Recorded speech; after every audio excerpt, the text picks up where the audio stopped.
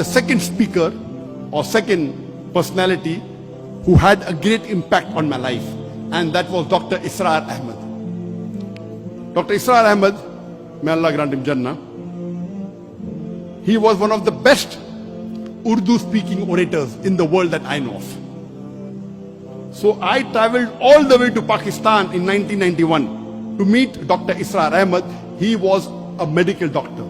He wasn't trained in any Islamic institute or Islamic university. He was a medical doctor inspired by Maududi, Jamaat-e-Islami, went to Tabligh Jamaat, they started their own organization, Tanzim al-Islam. I went to Lahore to meet him. And I was shocked at his simplicity. The command that he has over the Quran. He also speaks in English, but mainly in Urdu. And I was impressed by it. So I purchased all his video cassettes and added to the video cassette library. And to cut the story short, I learned many things from him. I'll just mention two important things I learned. Number one, he told me that I told about my background. I'm a medical doctor. I've just passed. And in 1991, I finished my medical studies and I was doing my internship when we started the organization. In 1991, in 1990, I finished my medical studies.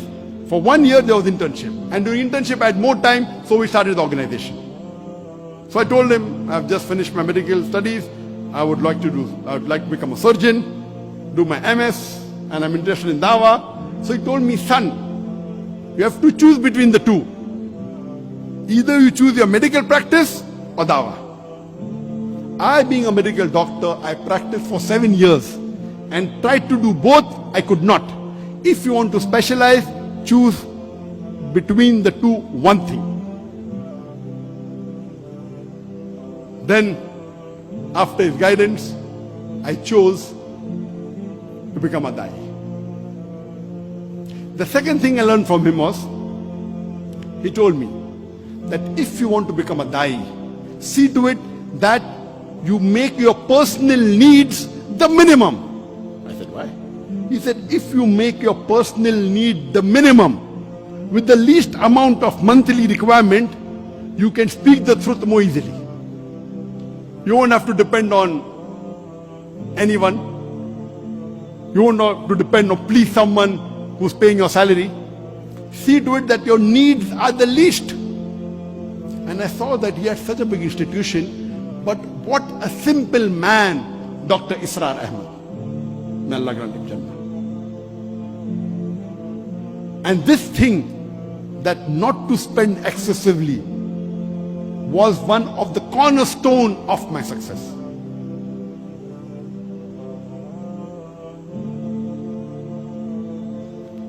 Just in case I forget,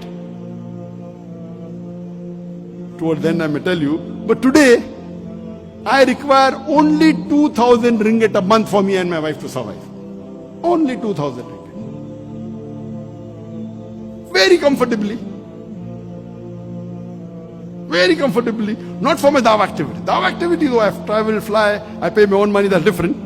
That may be in large amount, but for my personal needs, 2,000 ringgit is sufficient. In Bombay, it was 40,000 rupees.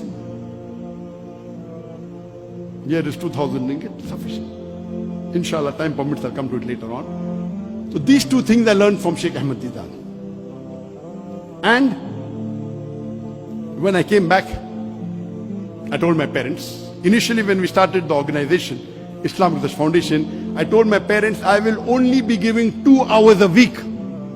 Because once I finished my internship, when I joined the MS surgery, I have to be there 24/6 or 6.5. Maybe I get half a day in a week free. So I spend some time with my family and 2 hours in this organization. But then I decided I will not do my post-graduation. I told my parents, I want to give 2 hours a day for Dawah and the balance time for my medical practice. My father had a roaring practice. My elder brother, Dr. Ahmad Naik, also was a doctor. And my brother, he was a very good orator. So when Sheikh Ahmad Didat came, he was the MC. Because he was the Secretary General of his medical college. Very good orator. Not an Islamic speaker, but a general orator.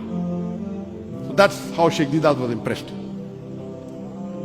So I told my parents, 2 hours dawah, remaining medical practice.